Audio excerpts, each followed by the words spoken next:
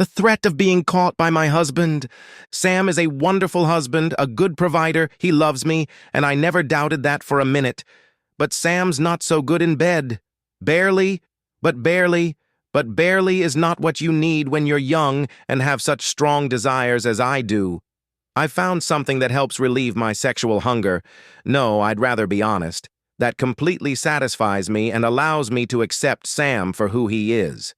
I love him, I really do, but sex is a very strong desire and a girl's gotta do what a girl's gotta do.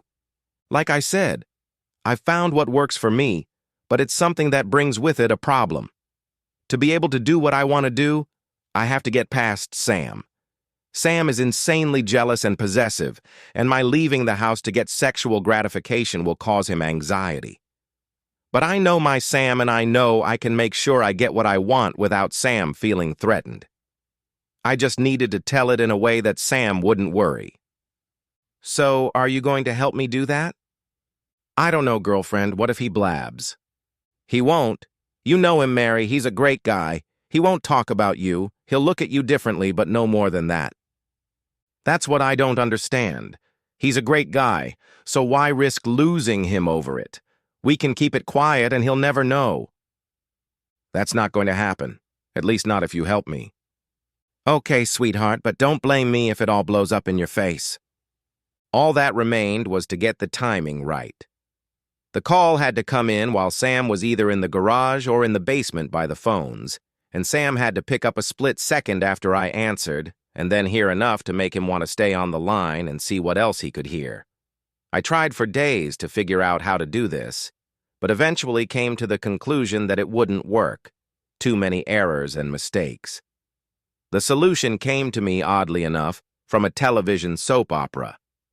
I was watching TV, folding clothes, when Chad appeared on the screen and walked in while Laura was on the phone with her lover. Laura saw Chad and immediately said, "I gotta go. I'll talk to you later." Her mannerisms raised suspicion, and Chad asked, "Who was that?" "Oh, that was Anne. We were discussing Martha's baby shower." Chad clearly didn't believe her, and it was evident on his face as the screen switched to the commercial. This was it. This was it.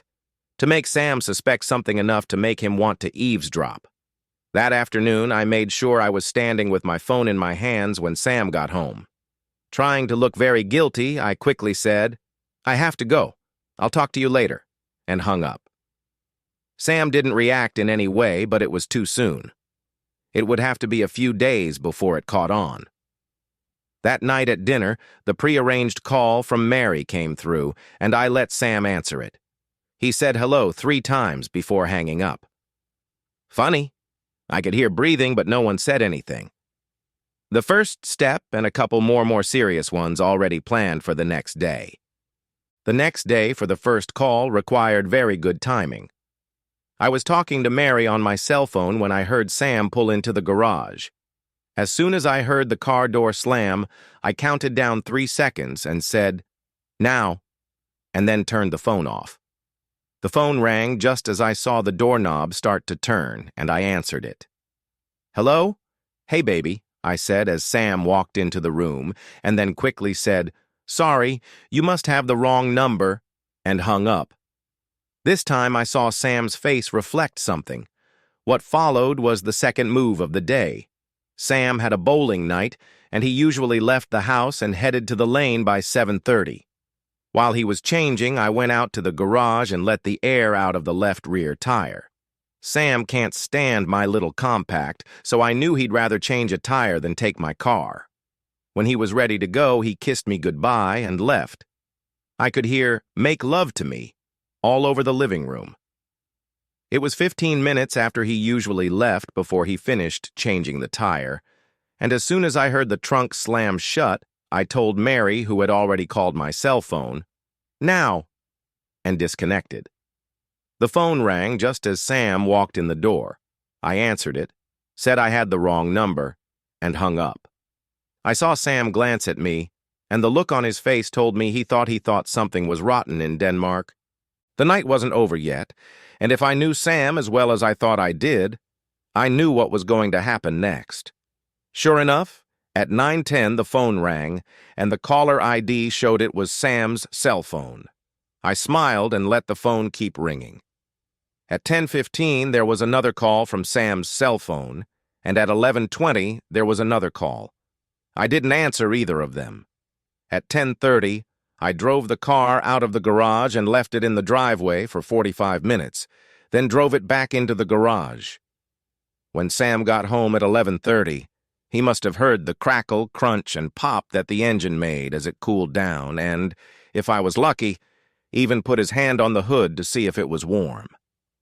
I watched from the window as Sam pulled into the garage, and I rushed upstairs and hurried to the shower. Ever since Sam and I got married, I never showered at night. I always showered in the morning. If the combination of wrong numbers, an unanswered phone when I was supposed to be home, a hot car in the garage, and me in the shower at night didn't make Sam work overtime, nothing would. Sam was in the bedroom undressing when I got out of the shower. He looked at me. "Did you go anywhere tonight?" "No. Watched TV and read a little. Why?" "Nothing. Just wondering." I smiled inwardly. Gotcha. The next day, Sam called home 5 times, and with the help of caller ID, I made sure I didn't pick up. In the afternoon, I did the hot car trick, and Sam threw me a searching look when he got home, but didn't say a word. Over the next 2 days, while Sam was home, 3 wrong numbers came in, and I didn't answer any of his many calls, except for one on the second day. The exception was when I answered one of them at 4:30, making myself out of breath from running into the house to get the phone and using the hot car trick in the afternoon as icing on the cake. Sam didn't say anything. The next day was Saturday, and on Saturday, Sam always worked in the garage or basement, and I hoped that was when I finally hooked him. After breakfast, Sam went to the basement. I took my cordless phone, went outside, walked around the house on the dark side, and peeked in the basement window. I waited while Sam worked next to the phone, then dialed a quick number on my cell phone, and when Mary answered, I said, "Showtime, girlfriend," and disconnected. 30 seconds later, the phone rang, and I waited until Sam reached for the phone. When he took the receiver off the hook, I pressed the button on the cordless phone and hopefully made it in time. He brought the receiver up to his ear when I said, "Yes, love? I can talk. Sam is busy in the basement." Through the window, I saw that Sam hadn't hung up, and I breathed a sigh of relief. The week of preparation had taken its toll. "Are you sure he doesn't know?" asked Mary. "I know my Sam, honey. If he suspected something, I'd know." "Dave's gone to visit his folks for the day. Any chance you can make it?" "I don't know, lover. What's in it for me?" "I'll have sex with you." "Well, lover, I like that." "You're not so bad yourself?" "Yeah, I guess. But it bothers me that you're spending so much time on my body. You've been neglecting my poor breasts all week." "Come, baby, and I'll give your breasts as much attention as they can handle. I can arrange for you to try the real thing if you want." "Look, lover, we've talked about this before. I'm Sam's woman and always will be. No sex except with him ever." "Okay, bae, I was just checking." "Okay, love. I'll finish breakfast, then I'll make my excuses to Sam, and then I'll go to him." "Hurry up, baby, before I go crazy." I hit the off button and watched as Sam hung up in the basement and just stood there staring at the wall. I was washing dishes when Sam came up from the basement. "Who was that on the phone?" "Mary. She wanted to know if I could come over and help her with the quilt she's working on." "Are you coming?" "I don't have anything else urgent to do today, so if you don't have anything, I think I'll go. I haven't seen her in a while, and it'll give me a chance to catch up on all the gossip." "What time do you think you'll be home?" "I think about 5 or so. I'll get some steaks out of the freezer before I go." "Would steak and baked potatoes be okay for dinner?" "You know I like meat and potatoes. You can never go wrong with steak." He came over and kissed me. "I'll probably be in the basement when you leave. Have fun." I knocked on the door, and when it opened, I smiled and stepped inside. "Did it work?" "Like a charm. He listened to the whole conversation, and when I told him I'd be gone until 5, he told me to have fun. I never thought it would work. It did. Now he knows exactly where I'll be during the day while he's at work, which means we can play almost all day Monday through Friday and sometimes Saturday. He can look at me and smile to himself, thinking I think I'm fooling him about something. Fantastic. Yes, isn't it? And we have Mary to thank. I couldn't have done it without her. And speaking of Mary, I also have to thank her for telling me about how well hung you are and what a fantastic lover you are.